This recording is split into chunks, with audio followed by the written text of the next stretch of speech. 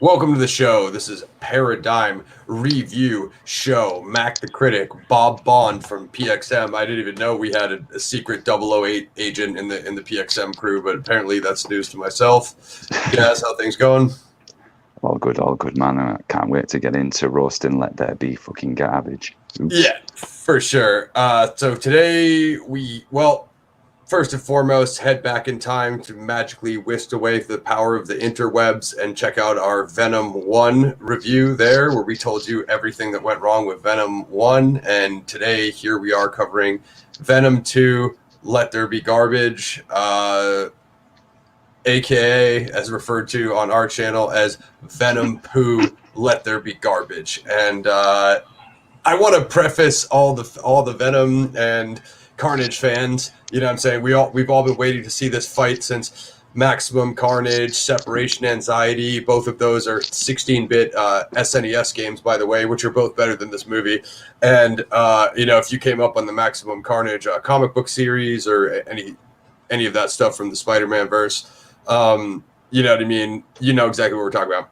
I think the way you guys, unless you're just like a run-of-the-mill Marvel fanboy that just thinks that everything they make is awesome, I think that you need to approach this film with just zero expectations. Like, basically just go into it as just a random comic book CGI action movie that you are not invested in at all. And if you do this, I think you could come out of this movie giving it an average rating. I guess we can attempt to start with the good, since there's not that much of it, and then we'll get into the bad. But I don't know where you guys want to start. I guess maybe Mac, you feel free to highlight anything, if there was anything that you liked, and then we'll get into Gaz and Carnage over there.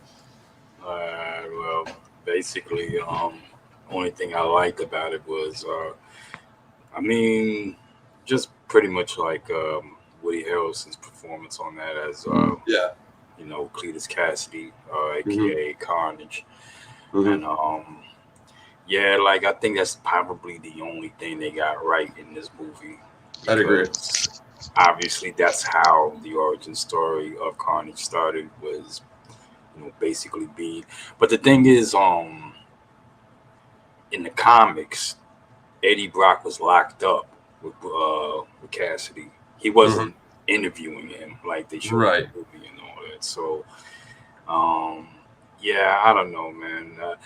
But Woody Harrelson, he had that, it's almost like reverting back to his natural born killer type vibe there. But, it's more comic-esque in this one.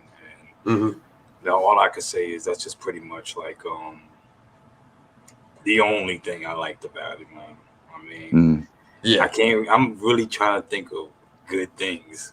I know Gaz knows what I'm talking about. I got a couple more, but yeah. The end credits? It's way too...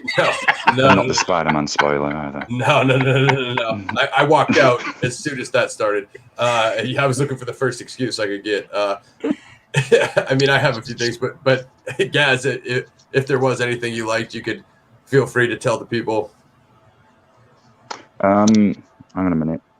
With special guest today, Carnage is joining us. What did you think of the movie? Complete, total ball ache failure. Yeah, that's what I thought. He didn't like it either, and he was in it, so... Yeah, good thing was when I could escape from the theatre and I realised, man, I'm out of here, but sadly I can't get those 2 hours back. Only good thing, Woody Harrelson, that's it. That's literally it. I could say maybe also the Venom and Carnage fight was okay. Oh yeah, that's what I was gonna say. Yeah, for sure. I'll say that was okay right there. So would you compare Woody Harrelson's performance to Tom Hardy's performance, Gaz? Would you say Harrelson was the way better of the two? Or? Yeah, I would, and I don't think it's Tom Hardy's fault actually in this. Same. Because he's obviously been given the script, has to play the role. They've injected all that stupid, dumb cheese, fatful humor in it. Because they're going to have to tone Venom down to make him accessible to the MCU universe. Yeah, so that he goes with Spider-Man, which we'll get into the spoiler of that wax garbage at the end of the movie.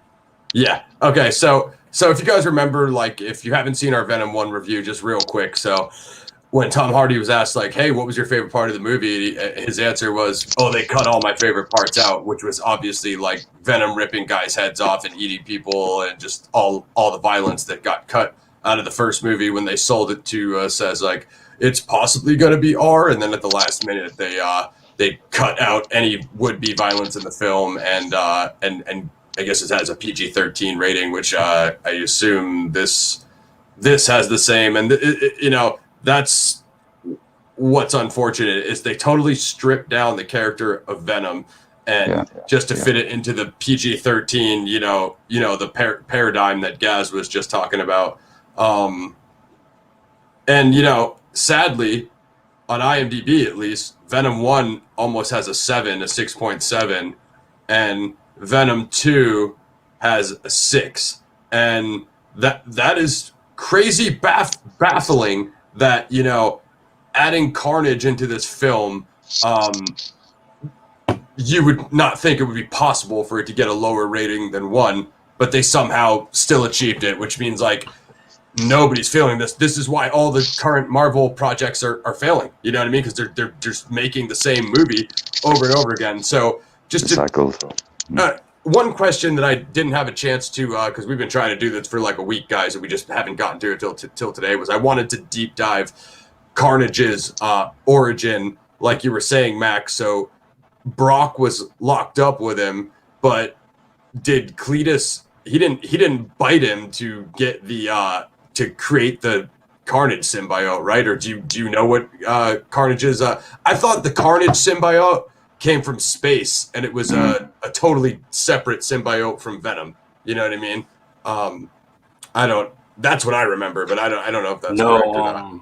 Venom's the symbiote, like I forgot what happened, but his symbiote just pretty much evolved into leaving. It's like an asexual symbiote, so it just left like a seed, and it evolved and then left the seed, and that seed pretty much got in control of Cletus Cassidy and turned him into the Raven lunatic we know as Carnage and all. But yeah, that was just pretty much how it happened. And of course, to have a symbiote like that fused with a serial killer who's going on death row, you would figure like this movie would be chaotic, right.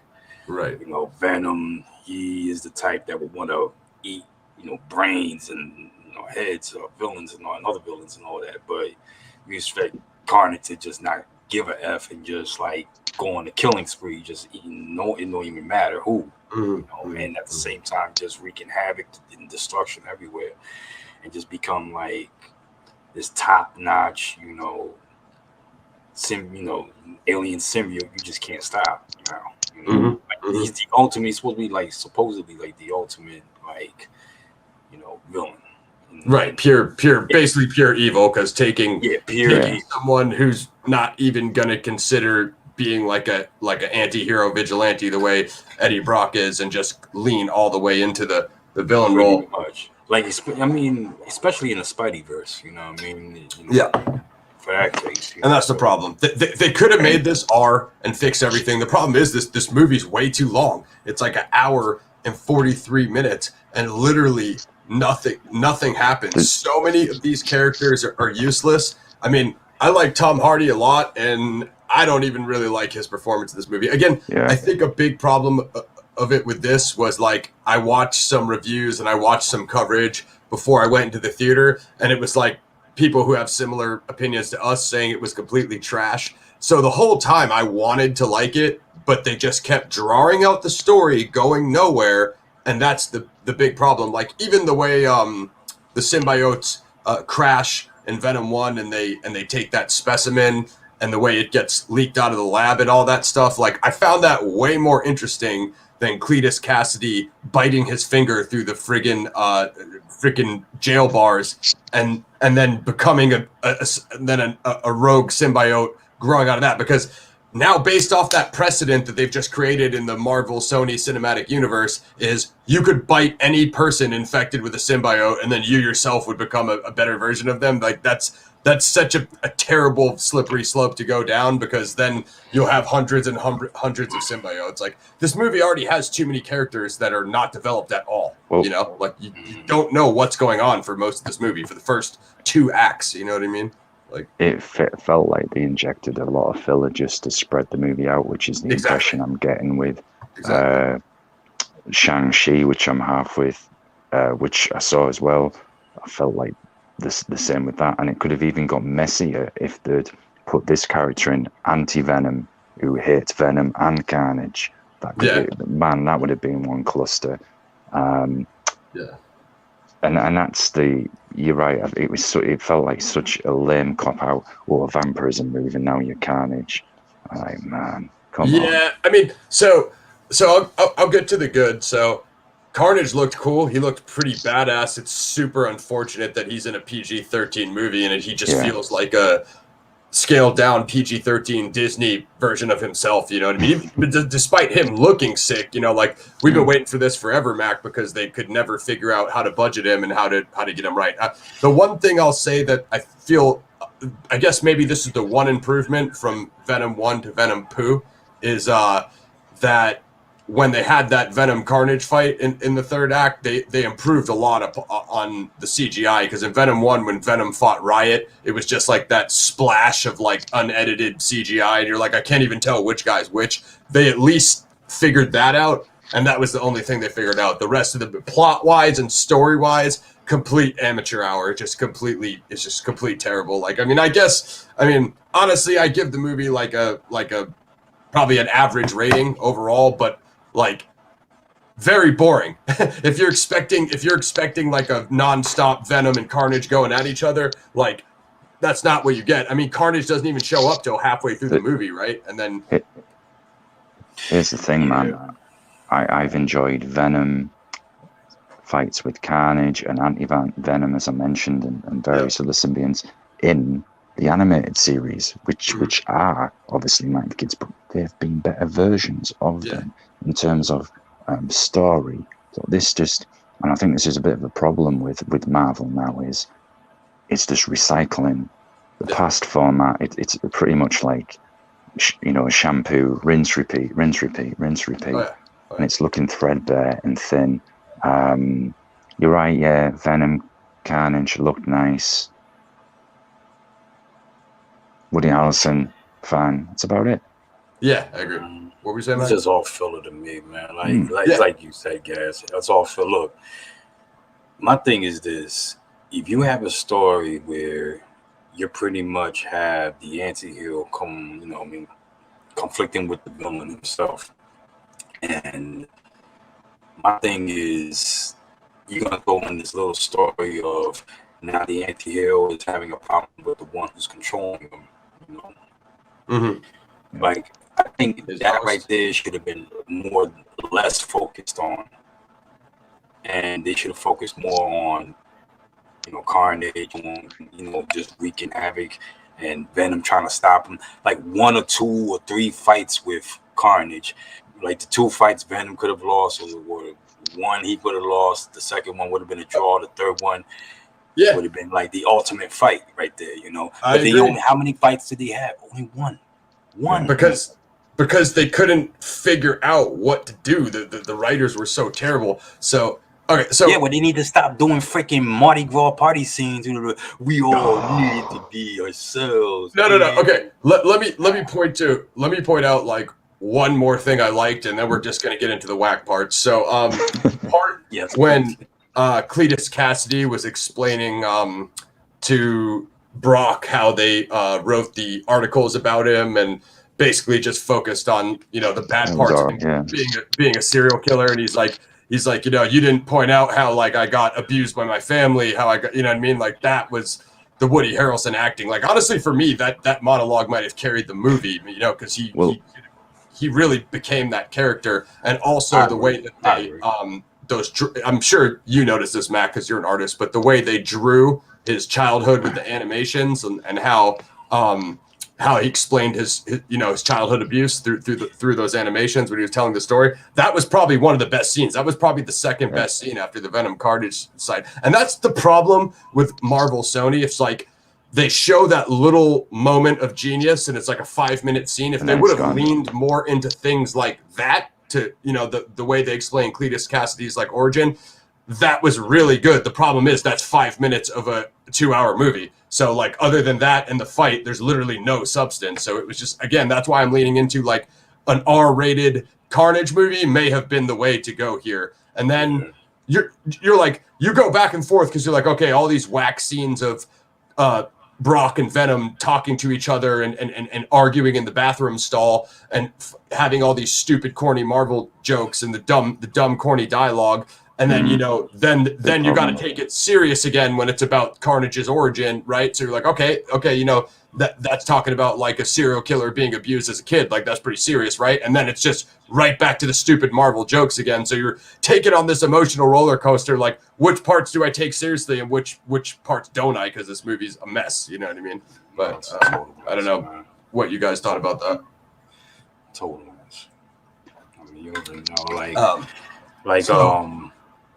know, I was gonna say like just basically like what you just said right there with that monologue that he made and all, like they could have taken that so much longer with that, could have done a lot more, right? Like, yeah, you know what I mean, like even those like scenes where spoiler alert, when he was with Shriek and they were like just wreaking, burning down buildings and just causing havoc and killing and mayhem and all that for the ones that wronged them. Mm-hmm. Like they could have like had those like on animated sequences and all that on some parts also. Like not even like if you're gonna make it PG-13 and let's say if you Carnage wanted to like eat a few brains and all that, they could use those animated sequences for that. And how about comic book panels? Yeah, like comic book panels for a comic book movie. Sin City style. Does that make sense? Me and Mac could make a better motion comic right now on an independent budget than that whole movie. I mean, we just wouldn't have the you don't want to gray stage. You don't want to. It got weird, man. It got weird. Yeah, so let's get into the wax scenes. Yeah, I'd start with the first one and see how you feel. Yeah. Let's get in the wax scenes. So Brock and the Venom symbiote break up with each other because they keep getting freaking arguments. So you're like, oh, sick. The Venom symbiote unleashed. He's gonna go rock through the streets and kill all the bad guys when they're all the purse snatchers when they're robbing old ladies because he doesn't have Brock telling him to be good now. He can do whatever he wants. Wrong. Guess what he does? He goes to a techno EDM dance rave with friggin' light bright necklaces around himself, and then he keeps all the people that he keeps attaching to, they keep getting partied out and drinking too much at the rave, so he dumps them outside on the sidewalk when they're puking their guts out, and he goes back in and infects another person, and the terrible, like, I don't know what that girl was doing, rapping or whatever the heck that artist was doing at the performance. Dude, how long was that scene? That scene was like 15, 20 minutes. It was terrible. It was so corny, just like SJWism, just trash. Like, just, that's one they could have deleted that whole scene. They could, yes, garbage. Yes, they could have deleted it. Yeah, they could have gotten it is great stage. You could have replaced it with something totally different, like a Venom and Carnage fight. Stupid. Yes. Yeah, anybody. A Venom Carnage fight, an anti-Venom fight, anybody fight. That's what it said, but no, we have to inject some stupid preachy lecture on. You can be yourself. So it's essentially Burning Man meets a bit of trap meets grime, which is not grime in the sense of making something grimy. It's a horrible subgenre of hip hop from over here in the UK. Sorry, we're responsible for that one. It's bad. Other than like the freaking Cletus Cassidy scenes or the Carnage scenes, it's pretty tough, guys. Even Tom Hardy's Eddie Brock's ex-girlfriend, she's in like 2 scenes, and him like basically when Brock is having conversations or like Venom is inside him, so Venom still narrates scenes when it's just Brock, and so, like it's like its internal monologue of the Venom voice, and so like he'll be talking to the girl and Venom will be saying stuff in between, and it's just like it was corny. She served no purpose. Her and her new boyfriend, like they tried to insinuate, like Brock and her still have a flame, but she's got a new man. Like every little rabbit hole they brought us down was garbage. Now, I want to talk about when Cletus Cassidy broke out Shriek. The first thing he does when he gets his symbiote is we're doing spoilers on this one, guys. If you notice by the title, it's Venom Poo, Let There Be Garbage. So we're not going to do our traditional non-spoiler thing. We got to roast this thing. You guys got to know. So he goes and rescues Shriek. Now, correct me if I'm wrong, guys. In the comics, I remember Shriek as the female symbiote. Yeah. So now this is something that I just thought of when Mac was saying that earlier. Cletus Cassidy knows that if you bite somebody with a symbiote, the last fight scene is really sick, Gray Stage. The Venom Carnage fight is really good. The rest of the movie, just if you can find a rip, just start it on the third act, like the last 20, 30 minutes. Just watch that fight, and you won't have to watch any of the filler. Now, Cletus Cassidy knows if you bite somebody and ingest their blood with a symbiote, you automatically get your own symbiote. So when he breaks out Shriek, why would he not just let her bite him so she can get her own more powerful than Carnage symbiote? Does that not make sense? Why, when you know you got that power that way, why would you not just go to your girlfriend who also has, meta abilities and just let her do the same thing to you? That way you could both have symbiotes and be overpowered, like, you know what I mean? But again, they just couldn't even they couldn't get out of their own way and follow their own logic. It was freaking ridiculous. Again. I could have found better use, like to have that sort of villain in there, just to pretty much like I understand like the main villain is Carnage, but if you're gonna have Shriek in there, she could have been like doing something else, you know what I mean, like helping Carnage like wreak havoc on another part of the city, and now it's like Venom has to like has a distraction, so he can't do both. Like I guess they're thinking like Joker already did that in Dark Knight, so like we can't do a Dark Knight, but you're Marvel, you just copy every other comic book movie anyway, so what difference does it make? Like we're never going to watch this more than once. We're actually going to watch Dark Knight repeatedly, so but hold that question, Gray Stage. We're going to get to that. I actually walked out before the post-credit scene, but we'll have Gaz roast it for you, and then you can get my feedback. But when they broke out of the asylum, like you were saying, Mac, and he used his Carnage tentacles to take down the military chopper. That was pretty sick. Like every time Carnage was breakout wasn't bad. Yeah, every time Carnage was fighting soldiers or blowing something up, it was pretty awesome. But the problem was you thought you were going to get 2 hours of that, and you got barely 20 minutes of it. And then also there's the fact that his girlfriend. So the only way, spoiler guys, the only way you can hurt the symbiotes are like extreme noise, sound, and fire. And I think maybe one other thing, but like gunfire doesn't do much damage to them. Well, obviously, if you know Shriek's name and you know her character from the MCU, her ability is like an extremely like high pitched, high volume, high frequency scream. So that automatically disables the symbiote. So they didn't use that right either. You see what I'm saying? Like friggin' like, of course, Cletus breaks out his girlfriend, like whose ability is directly detrimental to his symbiote. So they tried to mix it in there to like throw a monkey wrench in the program, and it just felt like they made those little references to it in the final fight, and it didn't really go anywhere. You know what I mean? No. But yeah, most of the movie is pretty brutal, guys. Like it's just like those freaking Eddie Brock and just Venom scenes talking to himself, which is most of the movie, is like utterly abhorrent, like making breakfast and messing up his apartment. That's another one I want to talk about right there too. It's just like they could have made, the banter between the two a little more interesting and less jokes all the time. Ripping on each other all the time. And, like you got Carnage going on out there and all that, man. You figure all right, let's stop the argument. Let's work together as a team. They're doing nothing to stop him. They're doing nothing to stop him. And bro, they don't do that until the last 10 minutes of the movie. Yeah. So what's the movie about? It's about them having bitch fits with each other, arguing, making waffles, and eating chickens because the Venom symbiote doesn't want to eat his chickens, who are his friend. It's bromance. That's not a joke, guys. That's the serious horrible. And it's not. And it was like I was saying, Deadpool, I would expect that from Deadpool. Yeah, he's all jokes and violence. He breaks the fourth wall. But this is Exactly, Venom. he breaks the fourth wall. But Venom, no. Like, No. okay, maybe one or two jokes just to lighten up. A couple so it doesn't have lines to be is good. all serious. They made it the whole movie. This is exactly But what it was constant, and that's what made it harder to watch, especially the Burning Man forced preachy lecture segment. Oh, you can be yourself. Eddie won't let me be myself. Blah blah blah. So dumb. And it made a crap movie even harder to get through. Yeah. Man, I'm really having to behave myself because I'm just so fed up of everything. There's a lot of whack scenes. Quite frankly, we'll get into that's secret scene, whatever post-credit scene. Oh God. Quite frankly, as I told you guys, touch that one I did.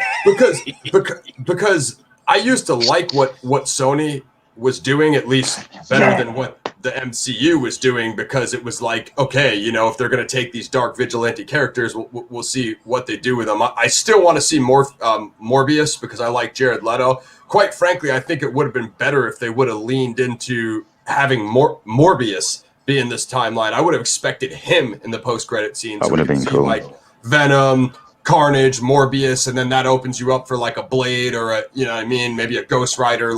And this comes right back to Sony should be Marvel Knights. They need to bring back Marvel Knights and make comic book movies for adults. Like the Dark Vigilante R-rated films, they should be Marvel Knights, Sony, Marvel Knights, R-rated. That way you don't have to worry about editing down Morbius. You don't have to worry about PG-13 Venom. It makes it's too watered down. It's too watered down. They're not going to do that, sadly, because they've got a formula which they know works, which is going to make them the money, because sadly that's all they care about. Yes, I know it kind of works. I heard Eternals bombed. I heard they're starting to fail. So good. I hope that continues. Yeah. Because everyone this laps lists up.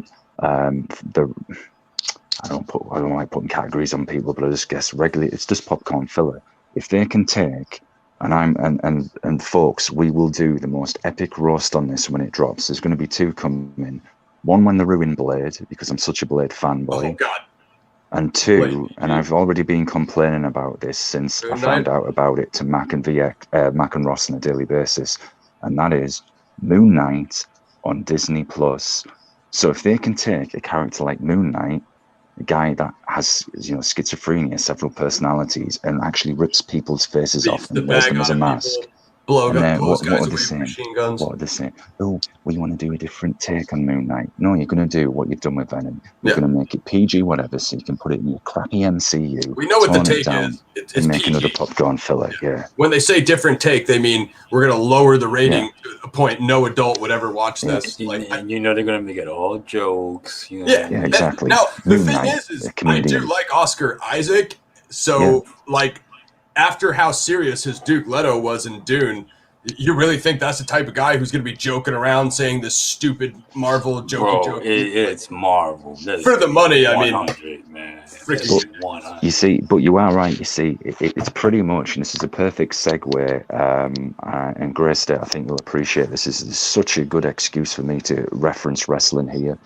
If WWE could actually do this, separate and have the old Attitude Aggression era, R-rated version, and keep your family PG era for your moneymakers separate. That's what Marvel need to do. Bring back Marvel Knights. Have that separate for these darker characters. Doesn't cross over with your PG cinematic universe, and we will be fine. But sadly, I doubt they will do that unless these movies can hopefully continue maybe not to do so well, because I think people are going in there thinking, oh yeah, mesmerized by the effects, and then when they process it, think, there's nothing's changed. It's just popcorn filler. And you know what's so funny is not too many people may be a fan of the movie, but obviously we are. Punisher Warzone. Oh, that was definitely Marvel Knights, created right there, and that's the thing I like about it, is that they gave him more, creative input on the character and what it should be about. And that's why it worked so much. That's why Ray Stevenson actually did a good job on the Punisher. That's why the Punisher was actually violent as it was in the comics. That's why you had Jigsaw act like Jigsaw and not some emotional wreck with a freaking scar on his face like on the show. No scars on his face. freaking. I mean, this guy had crazy, like, like a disfigured face. That's exactly how he sort of should have looked. Yeah. Well, so, yeah. I'm interested to see how that R-rated Punisher with John Bernthal goes, because like it's been a while. Other than Deadpool 1 and 2 and 3, there is no other new R-rated Marvel film, right? So I'm really interested to see how, if they do anything with that Punisher, because is that going to be I think, didn't they shut down the Marvel Knights brand? So I don't think it will be Marvel Knights. So it's just going to be a random R-rated like MCU film. That's going to be difficult for them to promote without the Deadpool, freaking, engine behind it, unless Deadpool is going to be in there with Punisher. So what's going to happen, right? They're going to release the R-rated film. No one's going to go to it except for us, and they're going to go, well, we tried that. It's back to freaking G for General forever. Anyway, let's just do the last fight. Basically, guys, there's a bunch of filler. It's trash. It's completely like I said, you have to go into this film with just no expectations whatsoever, and just kind of take what it gives you and just laugh it off as a popcorn film and not take it seriously at all. I think that's the only way you can enjoy it. And then when the third act comes along, they fight inside a church, which obviously has a church bell. So that gets rung a couple times, and it disables both the symbiotes as they're fighting, being Venom and Carnage. Obviously, Shriek is there, and she shrieks a couple times, and that's when the Venom symbiote like wraps his tentacle around her mouth so she can't shriek anymore, and he like shuts her up a couple times. He's like, "Got to shut that chick up." And Cletus Cassidy and his own Carnage symbiote are like arguing, and Venom and Brock look at it, and they're I forget what he says. He says like they're not symbiotic or whatever. Like they're not acting symbiotic. So yeah, I know. I'm just wondering, like, what did you guys think about that? Like, it seemed like kind of like somewhat unnecessary to me. Like, they did it a couple times and then they went back and did it again, and I was like, okay, how many times are they going to ring the bell in this fight or let Shriek? You know what I mean? It just started getting repetitive to me after a while. I don't know what you guys thought. It definitely got repetitive. The fight was cool, though. I did like it. No, I mean, it was cool, but at the same time, though, it's like the result and what built up to it and all that, I think was just like where was its only weak points about it, and with Shriek, like you saw what happened, like pretty much Shriek was screaming. Carnage didn't like that because of the loud noise that disturbs his whole being. And it's pretty much like, shut up, and you see Cassidy trying to fight Carnage now, like, don't murder, they're arguing. And I don't know, like, I get it, but at the same time, I think like something like that was like too quick, because it was like, okay, you're attached to this, symbiote, and basically you didn't get enough time to figure out what it was all about. They didn't like loud noises and such. Yeah, he just tried to use it right away. Yeah, and without testing. All of a sudden, like, oh, he's smacking his girl around and shit. And I think there's something like that. That conflict was just a little too quick. And for sure. That when it was supposed to be a Venom Carnage bout, it's just like, there's just too many interjections in this whole movie, and too much inner conflict. The villain and his own symbiote, and the anti-hero and his own symbiote, and it's like, these could have been handled in different parts of the movie, and then at the very end we would understand, and then when that clash, it would all make sense. They could have explained it, but because they wasted the whole time of the movie doing nothing, like Max said, they had to try to like cram all those little hints into that final fight because they didn't properly flesh it out. You know what I mean? And it was so unnecessary. I totally agree. And also, like, at least the Cletus Carnage symbiote argument at least came across genuine, unlike the Eddie Brock Venom argument when he's trying to fight his own symbiote in his living room and gets his apartment like, dude, that scene of him smashing the apartment was like 25 minutes long. Like, it was and then that was when he, I think, went to the dance club after that. So like that whole 40 minutes should have been cut out. Shout out Drew Beeson. He just did the Here Comes the Roaster. Yeah, the Alice in Chains reference. I love that Rooster song. Go ahead, guys. Come on. You know you want to talk about it. Get to your favorite part, Gaz. Just do it. Well, Gaz is a big Tom Holland fan. Got him, Mac. Oh yeah, definitely, yeah.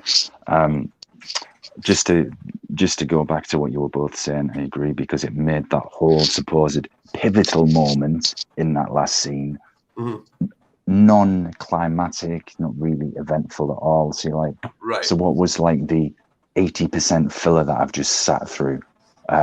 So, oh my god, right.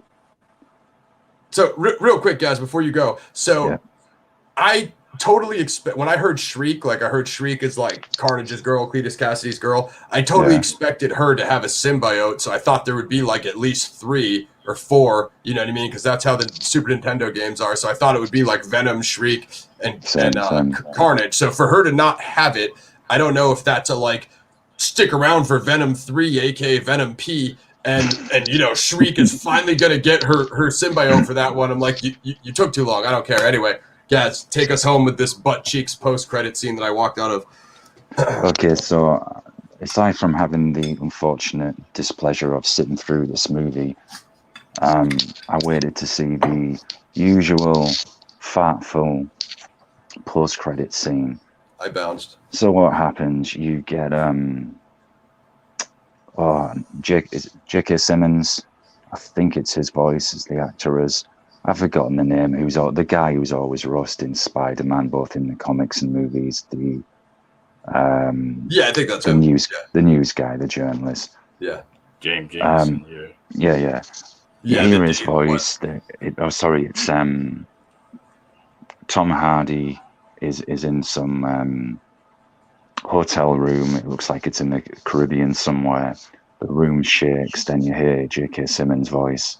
Yeah, I saw him on the beach. So at the end, he was on vacation with Venom on the beach, and then So you hear his voice sound out of the TV, and then it shows you it's referencing the new Spider-Man movie with Peter Parker is Spider-Man, blah blah blah blah blah. It's total cheese. I think Venom, if I remember right, then licks the screen and says, interesting, I bet he'll taste nice. And this is just, and for me, it just confirmed why they made this butt sauce movie, why they've toned it down, because they're going to cross it over into the MCU. So they've had to tone Venom down for him to appear in that garbage movie franchise. And I just thought, this is just whack. So we're going to have all that cheesy Marvel humor, which we've already suffered through this movie. We're going to destroy Venom even further. We'll have Spider-Man's quits going back and forth with Venom. Believe it or not, folks, I am actually a Spider-Man fan. And for that reason, that's why I personally don't rate Tom Holland as new Spider-Man. And I don't rate what Marvel have done to a lot of the movies. This is his second one. I mean, I haven't seen any of his movies. I never will, so... And it's absolutely terrible, and it fills me with fear for what they're going to do. I mean, from what I'm hearing, they're making a new Spider-Man movie, essentially the live-action version of the Spider-Verse, but I don't want to see it, really, because I know what it's going to be. I know what Marvel's going to do. And effects in that are nice, but I need something more than that. Yeah. I need a bit of a decent plot. And I'm going to garbage. Yeah, and I'm going to go straight into my rating on this right now. This film, Venom Poo, Let There Be Garbage, folks. It's nothing other than complete. I'm going to go close, serious. It is complete ball ache, total failure. It's the Double Dragon 4 of movies. It is absolutely but. It is like a Sunday poo hanging that doesn't hit the water, and you're thinking, I want this miserable experience to end. That is this movie. 0 out of 10. Do not see it. It sucks. Yeah, it's like the Double Dragon, the movie of MCU movies. So just thought I'd share that ray of sunshine with everybody. Here's the thing. It'll be cool to see 3 Spider-Mans in the next movie. Yeah, I don't know. I guess they're gonna have all the actors. I don't know much about what's going on in the Spider-Man. But here's the problem. Like like Gaz said, when you're crossing it over with the rest of that PG rated G general Disney verse, I don't understand why, like, you are rolling out Morbius. Morbius got delayed like many times because of COVID. You have Jared Leto, who, I mean, I don't know if Jared Leto is a bigger name than Tom Hardy, but at the same, or Woody Harrelson, but at the same time, like, Jared Leto is like an Oscar winner, right? Like, I don't think Tom Hardy and Woody Harrelson aren't. So if you want to argue talent wise, it's arguably Jared Leto, just for sake of argument's sake. Now, you're about to roll out Morbius and promote it and all that crap, but you have Venom lick the TV because he wants to eat Tom Holland's Spider-Man Far Away from Home, you know, Homeward Bound, whatever the hell that movie's called, and Diaper Man 4, Diaper Man Bore, Diaper Man P, and Diaper Man Poo, and friggin'. Why? That was your chance to plug Morbius. You know what I mean? That was your chance to plug Morbius. And at least what I was hoping for was like a Sony vigilante thing with Venom and Morbius and Carnage and maybe like some other guys like Blade or Moon Knight or Punisher or something, Ghost Rider, if they weren't just going to make them all rated PG. So yeah, that's I don't know. I skipped the post-credit scene, guys. I walked out after that at the kind of, you know, it's kind of, they really messed it up, guys. I think they should have left it R. I mean, I do like Woody Harrelson a lot. His Carnage is pretty dope. Carnage looks sick. That fight was pretty sick, but it was probably not even a 20-minute fight, and the movie is like, I think it's almost 2 hours. I think it's like an hour 45 minutes.